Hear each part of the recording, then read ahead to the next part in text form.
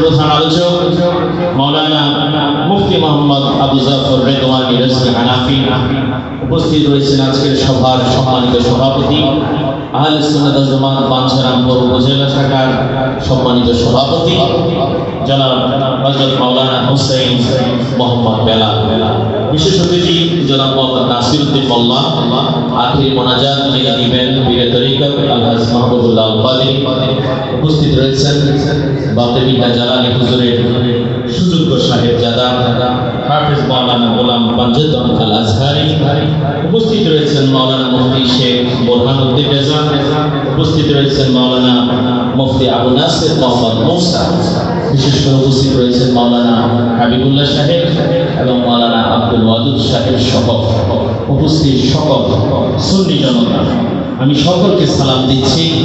পর্দানিশীন মা ও বোনেরা, উপস্থিত আমার যুবক ভাইরা, বাবারা, বৃদ্ধ, সম্মানিত আজকের এই সভার সকল অতিথি, আমার সালাম গ্রহণ করুন।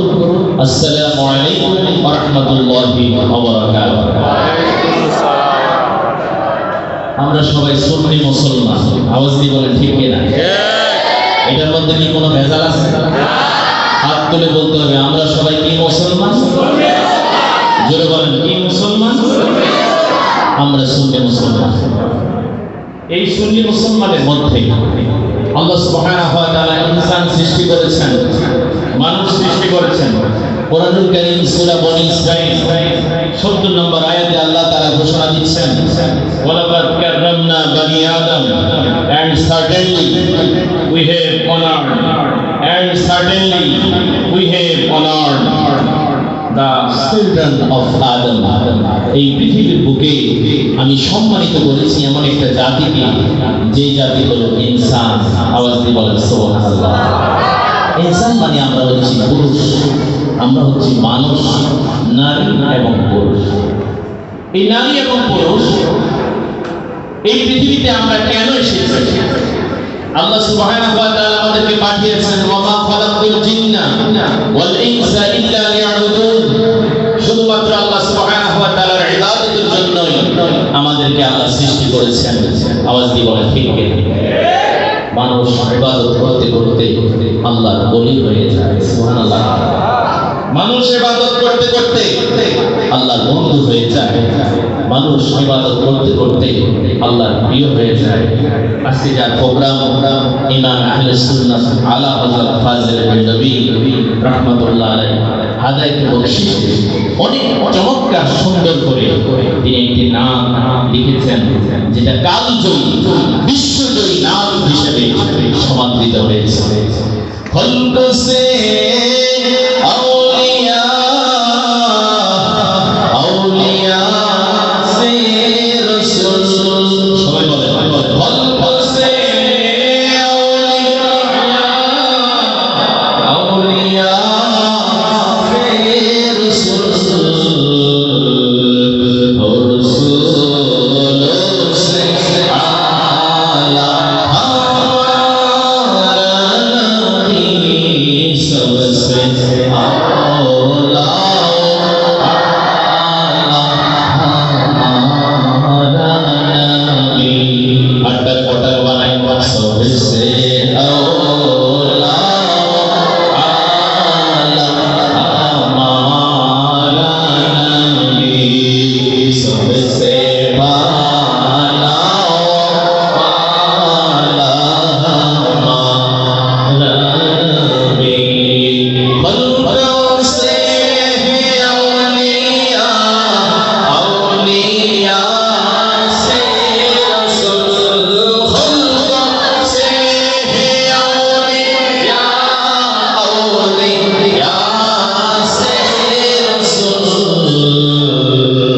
और रसूलों से आला हमारा नबी सबसे आला हमारा नबी। দুই হাত তুলে শক্তি দিয়ে চিৎকার করে বলি ইয়া রাসূলুল্লাহ, ইয়া রাসূলুল্লাহ, ইয়া রাসূলুল্লাহ। কেমন শান্তি লেগেছে। আল্লাহর সৃষ্টির মধ্যে ইবাদত করতে করতে মানুষ হয়ে যায় আল্লাহর ওলি। ওলি থেকে মর্যাদাবান হচ্ছেন তারা যারা নবী, নবী থেকে মর্যাদাবান তারা যারা রাসূল। এই পৃথিবীতে 313 জন রাসূল ছিলেন। হযরত নূহ আলাইহিস সালাম পৃথিবীর 1 নম্বর রাসূল।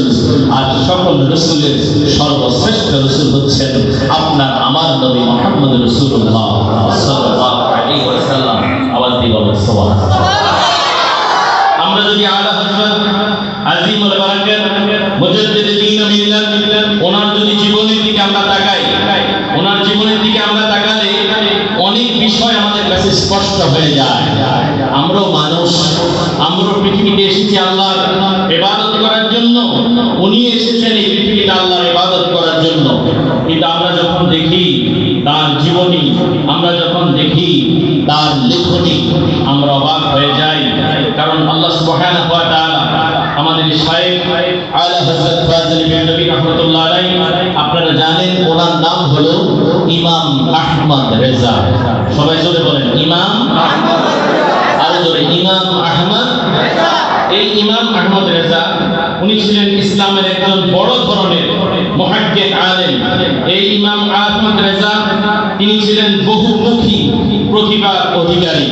তিনি ছিলেন একদিকে অদ্বিতীয় জ্ঞানী মনীষী, আইন বিশারদ, হাদিস বিশারদ, তাফসীর বিশারদ। তিনি ছিলেন নবী প্রেমী। আল্লাহ সুবহানাহু ওয়া তাআলা এই পৃথিবীর বুকে মুজাদ্দিদ করে ধর্মের সংস্কার হিসেবে 10ই শাওয়াল 1272 হিজরি মোতাবেক 14ই জুন 1856 খ্রিস্টাব্দে ভারতের বেরেলি শহরে তার জন্মগ্রহণ হয়। তার গুণী পিতার নাম মাওলানা নবী আলী খান, তার মাতার নাম হুসাইনি খানম। ওনারা দুইজনই দোয়া করেছেন, আল্লাহ এমন একজন সন্তান আমাদেরকে দাও যে সন্তান তোমার বন্ধু হয়ে যায়।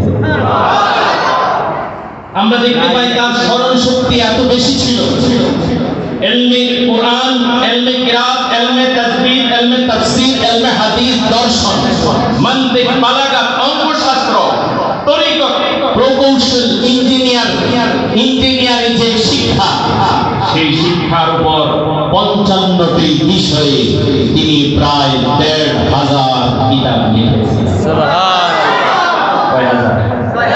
আরো জোরে বলেন কয় হাজার? 1,500। ওনার একটা কারামতের কথা আমি বলবো। ইমাম আলা হযরত অনেক জ্ঞানের অধিকারী, কিন্তু তিনি হাফেজ ছিলেন না। এক মজলিসে একজন ওনার নামের আগে বললেন উনি হাফেজ। উনি খেয়াল করলেন, আল্লাহ আমি তো হাফেজ হইনি, কিন্তু আমাকে তো হাফেজ নামে সম্বোধন করা হলো। কোরআনুল কারীম 30 দিনে 30 পারা, মাত্র 30 দিন রমজান মাসে 30 পারা কোরআনে তিনি হাফেজ হয়ে গেছেন। আওয়াজ দিয়ে বলেন আল্লাহু আকবার। কয় দিনে?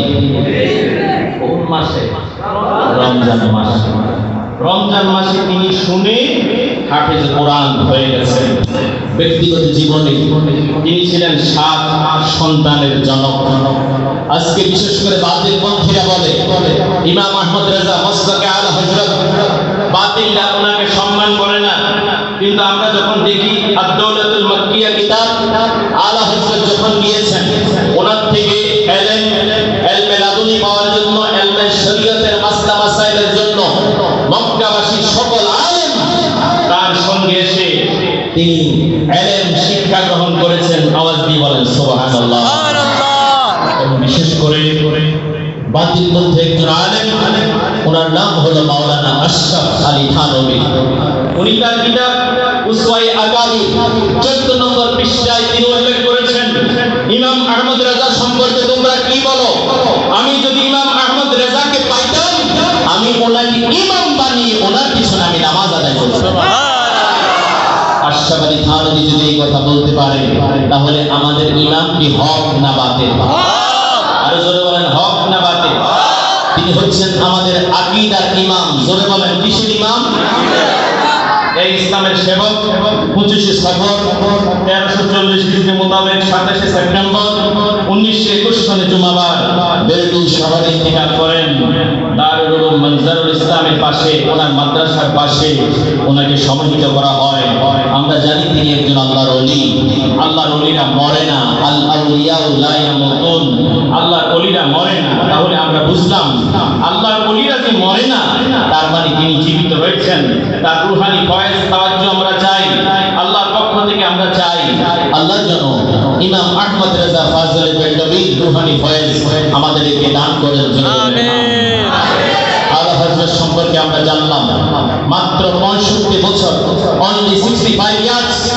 65 বছরে যিনি তার নিজেকে এমন ভাবে প্রতিপালন করেছেন, তিনি যখন ঘুমাতেন মিম হা মিম দাল নবীর নাম মোবারকের আকৃতি তিনি ঘুমাতেন। আওয়াজ দিয়ে বলেন সুবহানাল্লাহ।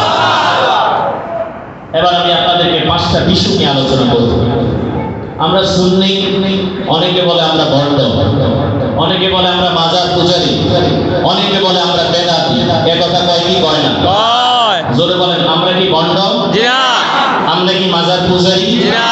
আমরা কি বেদাতি? জি না। আমরা হলাম ইবাদত গুজার। আমরা নবীকে মানি, আমরা রাসূলকে মানি, আমরা আল্লাহর ওলিদেরকে মানি। বরং যারা নবীকে মানে না, রাসূলকে মানে না, ওলিকে মানে না, তারা হলো ভণ্ডের দল। এবার আসেন, আমরা যে ঈদে মিলাদুন নবী করি, মিলাদুন নবীর কথা কোরআনে হাদিসে আছে না নাই? আছে। তার মানে আমরা বেদাতি নই, আমরা হলাম ইবাদত গুজার। ঠিক। আওয়াজ দিয়ে বলেন ঠিক কি না? ঠিক। এরপরে আমাদেরকে বলা হয় মাজার পূজারী। আচ্ছা জোরে বলেন ভাই, আমরা সুন্নিরা কি কখনো মাজার পূজা করি? জি না। আমরা মাজার শরীফ কি করি? জিয়ারত করি।